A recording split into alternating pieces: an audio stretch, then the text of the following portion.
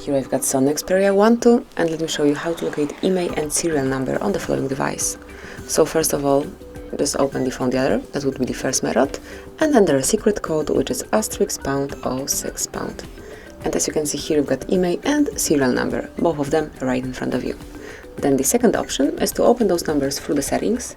So at first you have to locate and open the settings, then find and select about phone, go a bit lower, and here as you can see you've got IMEI number, smoothly click on it to locate it, and if you click on model you will be able to check serial number as well. And this is it, that would be all. Thank you for watching, please subscribe our channel and leave the thumbs up.